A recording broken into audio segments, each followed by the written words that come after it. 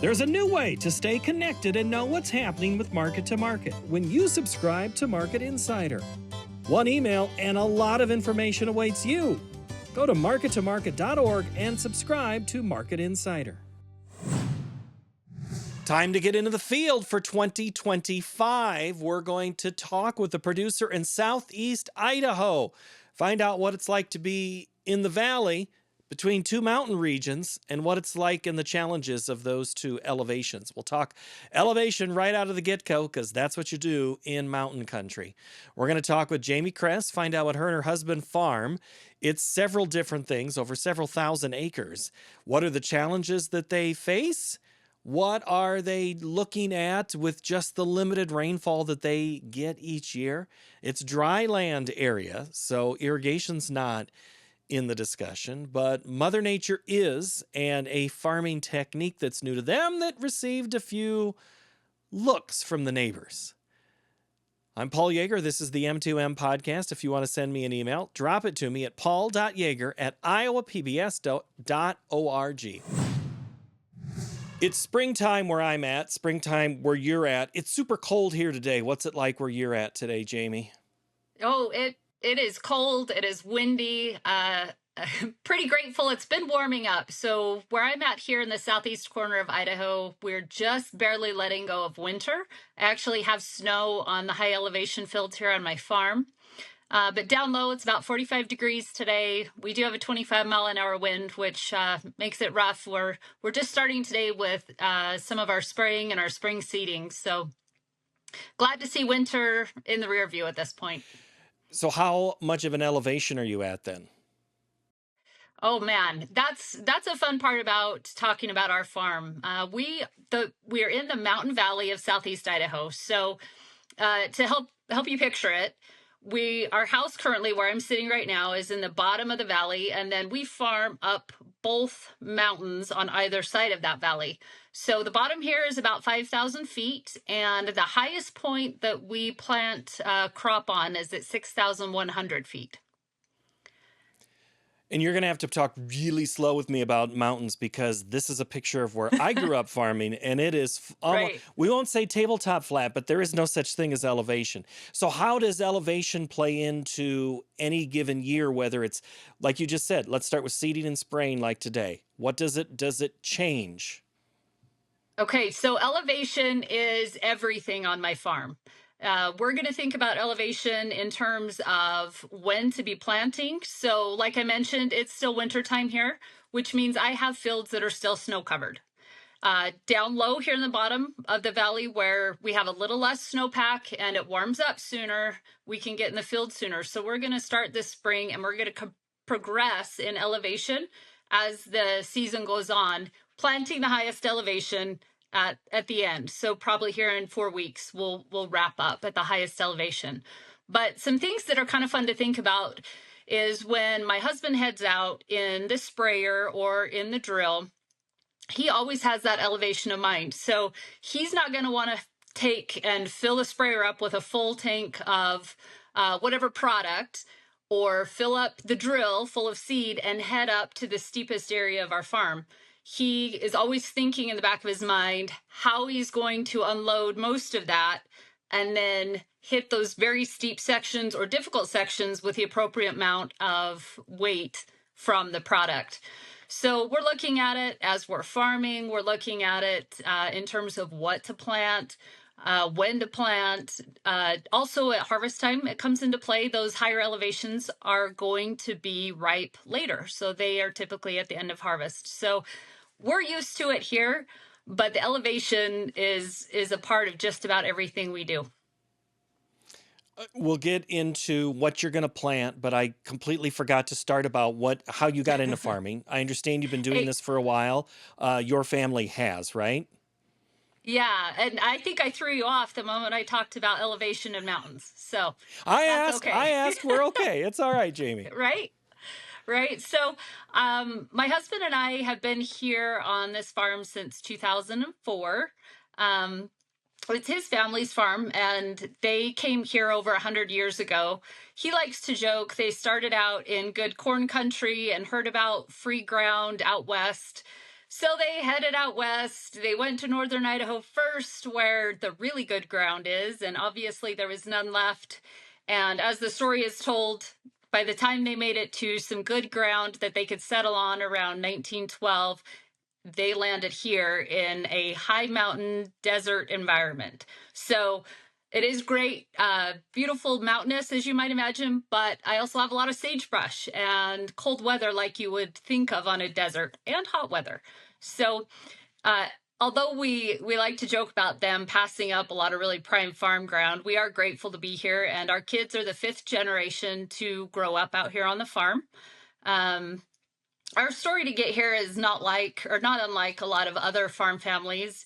We both we married after college, and we both pursued our careers, and eventually that desire to get back home and play in the soil really got to my husband, to the point where he looked into getting a transfer closer here to the farm with the company he was working with, and eventually he and I bought our own farm about 30 miles from here, because this farm could definitely use our help, but there wasn't necessarily the funds available to pay for it. So we utilized the FSA beginning farmer programs and established our own farm in 2004, so that he could leave his professional career and start getting his hands into farming and kind of support our family while helping on this more established dryland farm. And then as time has gone on, it's just evolved into my father-in-law passed away, and we've built up the acreage here on this dryland farm, and we were able to sell the other one and use that money to pay off mortgages. I mean, I think it's a story that a lot of people in agriculture, younger people, kind of associate. You know, it's the steps that we've all taken to get to the place where we are today. But yeah, I was not raised on a farm, and I was raised in potato country on the Snake River Plains. So everybody thinks Idaho potatoes, and that's where I grew up, about 45 miles north of here. My family was in the tire business, of all things, and so I felt like I had a good understanding of agriculture, but nothing quite prepares you to be a farmer's wife, I'll tell you that. Well, there, yes, and you do have a similar story of those who, because I'm guessing with your husband, when he did he think about farming even before college and go, I'm just going to go get an ag degree, come back and work with, or it sounds like he did something completely different, and then ended up couldn't get needed to get the dirt back under his fingernails. Right. His was, he didn't know that he for sure wanted to come back and work as a career on the farm. Um, he knew he enjoyed it, but honestly, he says in his immaturity of being a high school kid, it was kind of like, oh, I got to run the tractor instead of go mess around with my friends. And so it was more of a lifestyle. It was more of just kind of what the family did, and so of course he did it. But his parents also worked off the farm, so I think in his mind it was finding a career that he enjoyed and that he could make money doing. So he's actually an engineer, which in hindsight has been one of the best things ever. To have that mindset Mhm. and that education has been really valuable farming. So definitely one he doesn't regret. That is the same path my father took, was in engineering, and he could fix things and he could look at things and go, oh, seriously, what engineer came up with this, because this doesn't make any sense. Sound familiar? It does. And on that point, I mentioned we've been here as partners for, gosh, over 20 years now. And we started making this joke. We talk about what piece of equipment we needed to buy, and the budget, and how it would all fit together, and the timing. And then I would say, now, how much money are you going to spend to make it yours? Because inevitably we would buy a brand new piece of equipment, and then he would see ways to make it better. And at first he was a little kind of taken back, like, oh my gosh, you're just being silly. But he really does look at everything and maximize that efficiency with that background. So it's a fun joke, but so valuable. So if he's in the tractor, do you get in the tractor too? What's where does your role fit then? Oh, my role is, I like to say my job is to be two steps ahead of him, but also, if you're a baseball fan, I bat cleanup is my job. So somehow I'm supposed to make sure I can keep him moving, and he's got everything he needs to have an efficient day, but also I come behind and just kind of pick up the pieces as they scatter. I'm also the office lady. I don't know what to call myself. I'm everything. It's all the accounting, the administrative, the making sure semis are registered and properly papered, and managing contracts, and just anything that moves through financially or administratively is my main task here on the farm. I tried for a couple years being more engaged, especially during harvest. And my husband said, I kind of need one stable person that I can pick up the phone and know that you can do anything I need you to do, not necessarily be tied down to a piece of equipment. So we've kind of evolved to this place. What about the grain marketing? Is that something you get into? So that is a task that my husband primarily takes on. He is far less emotional, and uh, which is surprising. Some people tell me that it's usually the person with the emotional attachment to the crop that struggles to market, but he's a terrific marketer. He is aggressive but not greedy, and is really smart about when it's right to kind of pull the trigger, and he's just a good marketer. So my job essentially is once that contract is in place, then I manage it. Maybe it's a basis contract or some type of futures, and we need to keep track of when we need to be locking, or when some opportunities are open there to make, to finish it off or make the extra dollar. But then also managing inventory. So have we delivered on the contract, and have we been paid on the contract, and did the bushels, did they get recorded correctly? Because unfortunately that's an issue. I've caught a handful of errors. I guess I do every year, honestly, on other people's paperwork. So once he makes that execution, then I follow it through to the end. And I've seen in print about your operation, we're talking several thousand acres. So this is that is no easy task to keep track of everything, and multiple crops at multiple times at multiple markets. So not an easy task to say the least. So wow, that's all I have to say. That's great. Yeah, no, it's fantastic. And it's been a fun partnership between him and I to get to this point. Ultimately, we found that there was a lot of money to be made or to be lost in what happens in the administrative and accounting world on a farm. And so for me to be able to leave my job, I worked in deregulated telecom accounting, actually. That's what helped us get started farming. And so for me to be able to leave my job, I told myself I needed to be doing more than just writing checks, right, and depositing checks. And so I found some really great ways to watch our money better, and to ensure things are accurate, and to make sure we're capitalizing on opportunities and not missing things. So it's been good. This is crazy because I'm married to an accountant, and I swear that's the conversation we have almost every 3 to 6 months of where are those expenses. But I'm not farming all those acres like you are, just talking with farmers. So a little easier, a little less stress there in that situation. Jamie, let's talk about the what it is that you plant, because there's wheat, canola, mustard. I mean everything. What is on that checklist of everything that goes in the ground? Yeah. So where we're at right here in East Idaho, I kind of mentioned I grew up in the irrigated potato country.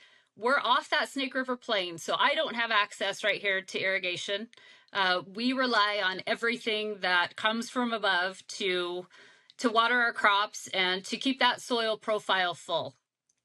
So when we're looking at what we plant here, it's essentially crops and varieties that can thrive in our rainfall, which is about 14 inches annually.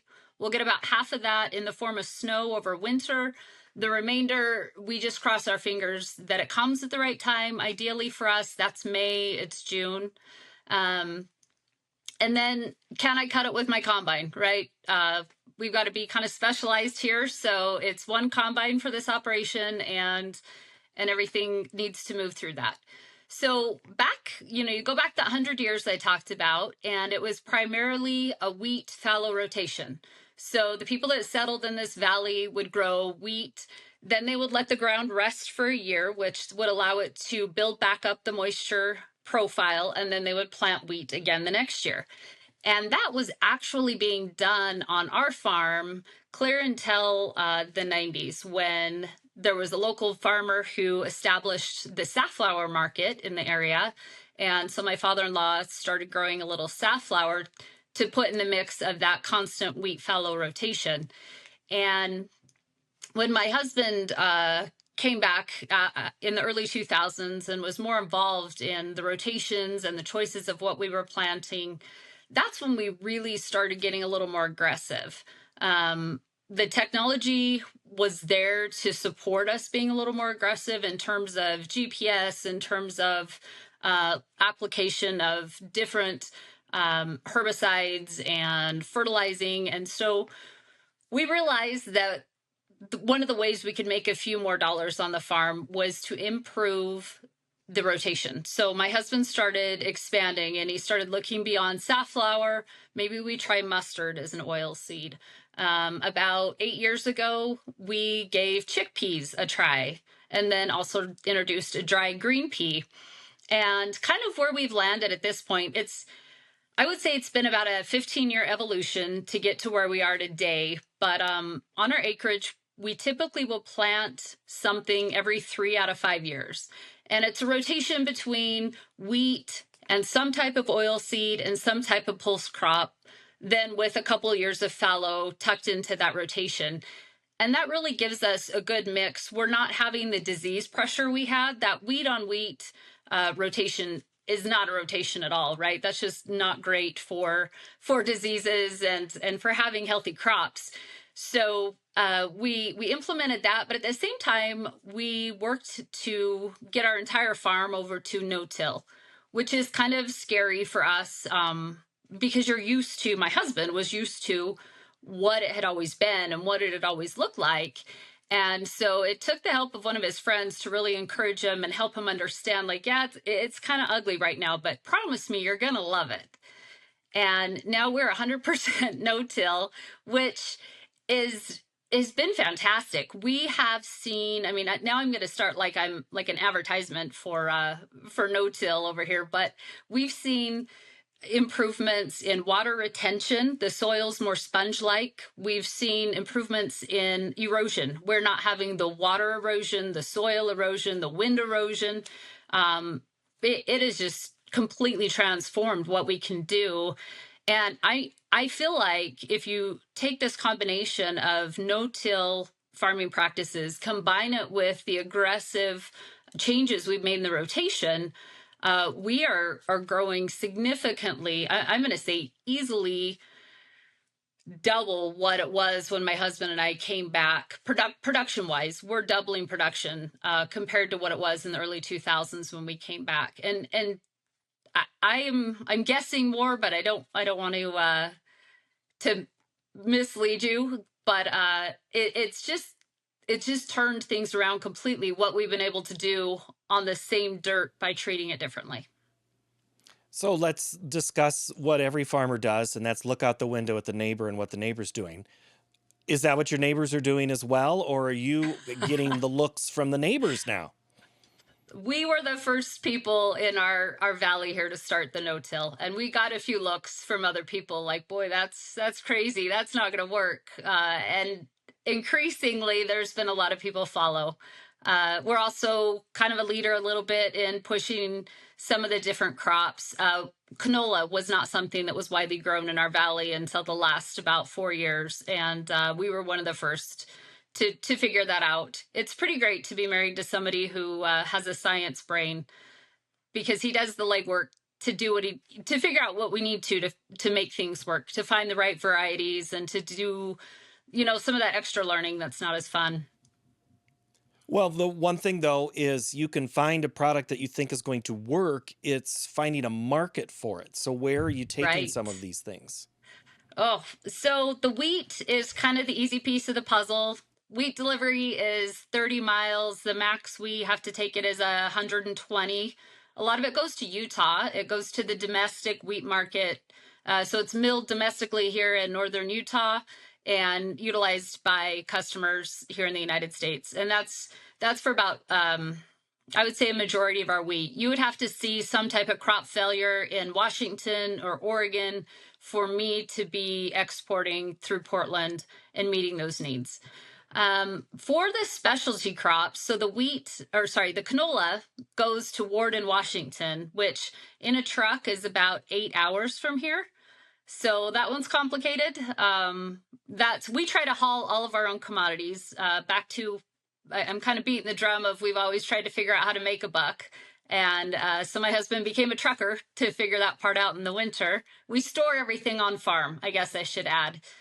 We don't take anything at harvest to any elevators. Everything gets stored on farm, and then he delivers it all through the course of the winter. But not that canola. That one is too far for it to make sense.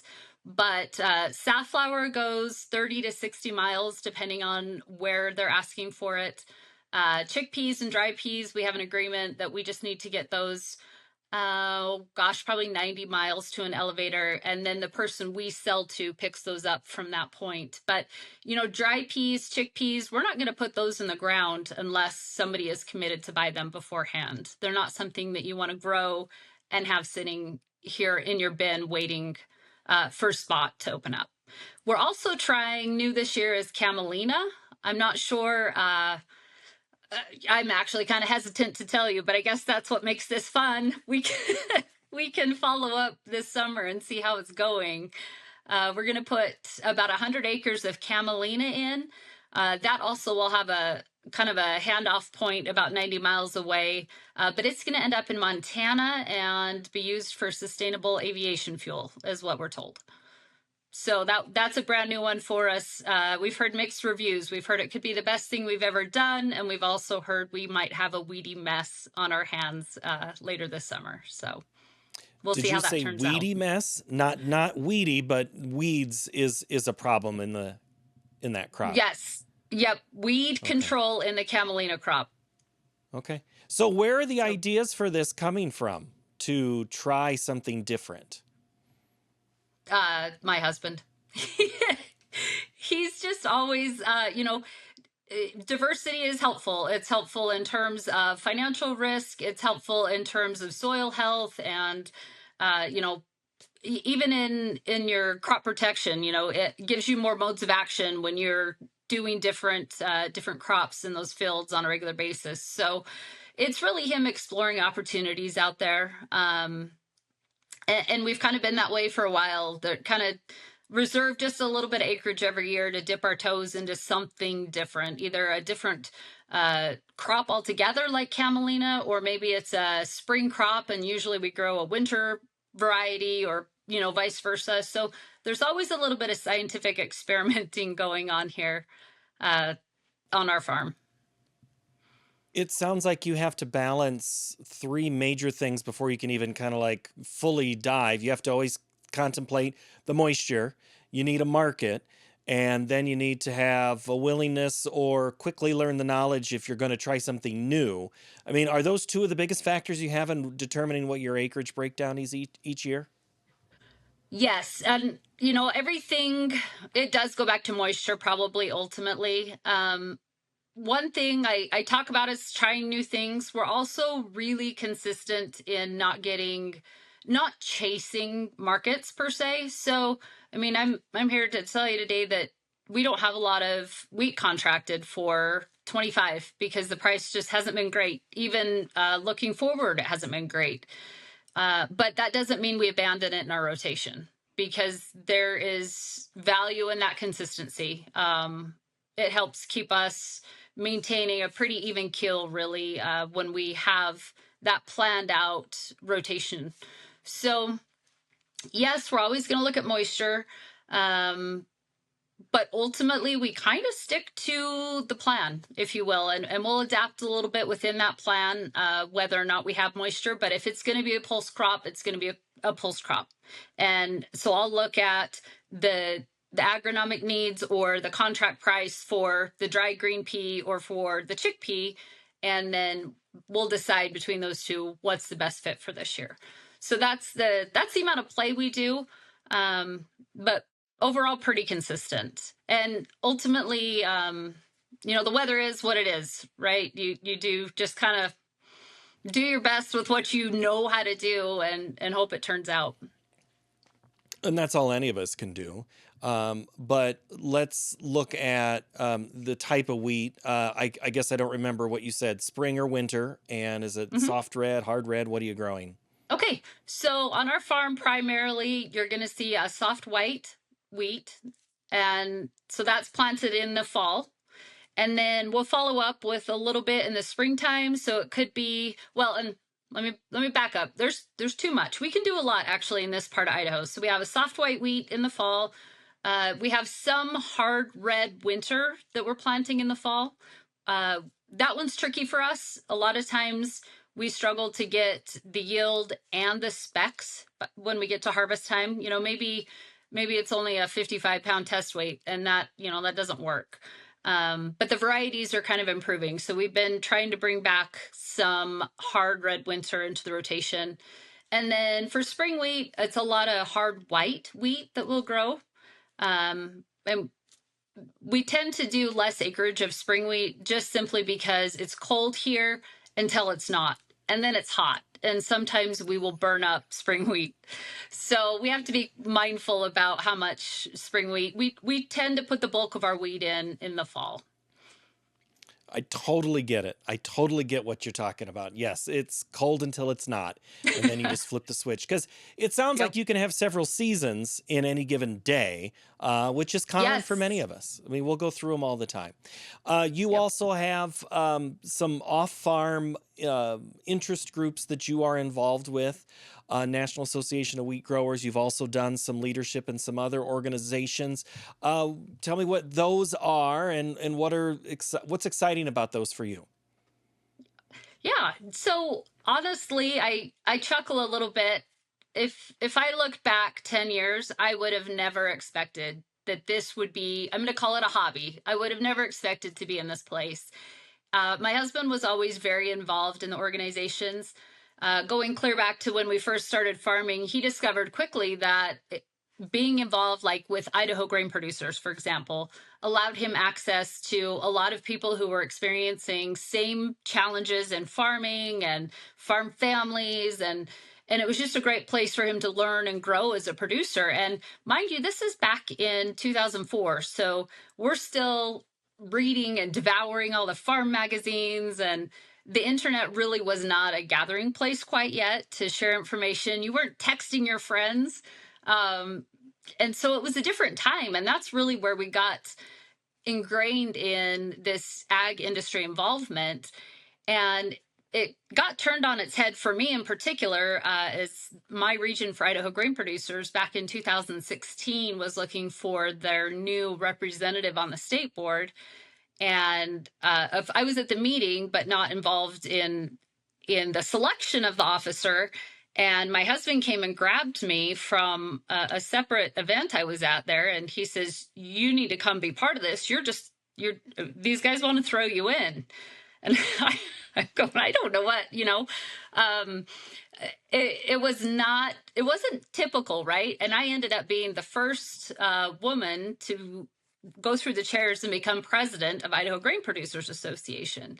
And it's not that women weren't welcome, it's just we'd never done it. And so I was kind of just going through that new territory and kind of figuring out how to be the new girl in the room. And fortunately, those guys were very supportive and very very kind and welcoming. So that part was easy. But then I got it in my blood, right? Then I got on as my Idaho assignment onto our national board at the National Association. I was on the board of directors there, and really saw the value on the work that we were able to do at NOG, even on that level. And after several years, there was a spot where it was kind of obvious that if I was interested in running, it would be a good time to do that. And ultimately, as I thought about it, I thought, what's the impetus? What's the drive to do this?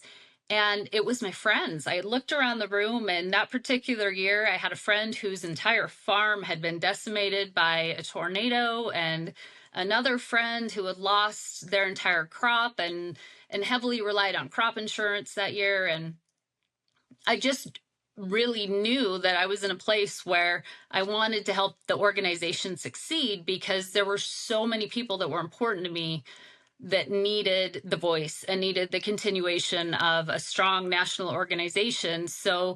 Um, so there I was, throwing my name in that ring to be part of the officer election. And it's been really fulfilling. It's been a really great opportunity to provide service that's meaningful. And, my husband and I both, we've relied so much on it. That desire to give back is significant. Now, granted, anything can change from the time we record this to when we release this. So just take that out of the equation. You talk about your husband and you plan things, not necessarily on what's hot, but how do you plan when there are trade issues, both domestically and internationally? Does that impact you and your decisions of what to plant? Well, I would. That's a big question, right? That's So only really big. 30 minutes. You only can answer that for 30 minutes. Right? So I'm going to have to say, ultimately, it doesn't affect what I plant. I've got to stick to the rotation. I've got to stick to kind of our proven way of doing business. But it does cause us to be a little more mindful. It helps us to understand that we've got to be as calm but as aggressive as ever when it comes to marketing. So when we have a move in the market, if I know I can make money, then maybe it's time to sell 5,000 or 10,000 bushels of wheat or whatever. Um, it it does. I think it's going to cause us to be a little more careful on our asset purchases throughout the next year. I Like you say, this could change. I mean, what I'm saying might not make any sense in 24 hours, but um, as it is today, I would be hesitant to engage heavily in maybe replacing a sprayer or replacing an air drill when things are so unstable. So I think that would be that's probably going to affect our farm more in terms of causing us to be a little more mindful. It if by chance we see the price of equipment become really inflated as a result of all the tariffs and um, gosh, even fear. I feel like tariffed or not, sometimes it just causes a little more demand, or a little demand's not the right word, but you can end up having things be more expensive than they need to. So I think we'll be a little more mindful, especially on the spending money side, on really big purchases anyway, until some of this settles down. And then let's discuss what you're going to do this. You said your husband's in the field spraying. Yeah. What do you do in mid-April on your farm? What's the first thing that goes in? So the first thing that's going to go in right now is going to be canola and wheat. We'll put in the spring canola, spring wheat, and we'll move over to safflower. We actually have, oh, probably 700 acres of safflower to get in as well. And those will be the next crops that go in. Like I mentioned, we'll probably do chickpeas towards the end, because of the field that they need to be in is such high elevation and not quite ready to have equipment in it yet. But we'll spend the next month working on burn down prior to planting. We'll be planting. And then once that gets situated, then we'll start working on the maintenance of that fallow. So the fields that need to be fallow, we're going to make sure that the weeds are well controlled and not utilizing the moisture. They're not propagating. And so we'll do that. And then it'll be time to switch back to herbicides. So we'll be looking at, the herbicides for the crops that we planted that have started to emerge, and the weed control there before they can establish a canopy. And you're looking to get most of the things planted, you said, in a month. So by mid-May to 1st of Yep. June is when you try to get everything planted. Yeah. Is your more? That's about Oh, right. yeah. Typically, we don't. Pretty much everything's in the ground by the first week of May around here. Because you're not worried Only, about a rainy weather season, it depending, sounds but like. Yeah. Sorry, say that one more time. It doesn't sound like you have to worry about too much rain days in your planting when you're only getting 14 inches a year, No, no, and we half don't comes get in rained winter. out in the spring a lot.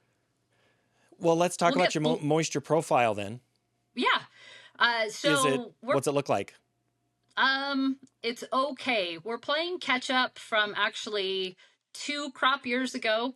Um, it was pretty dry, and all of the moisture kind of came at the wrong time. And we ended up having adequate profile or soil profile moisture in there to get through last year's crop. But the water shut off, like April 15th, and we went pretty much 3 months without measurable rain.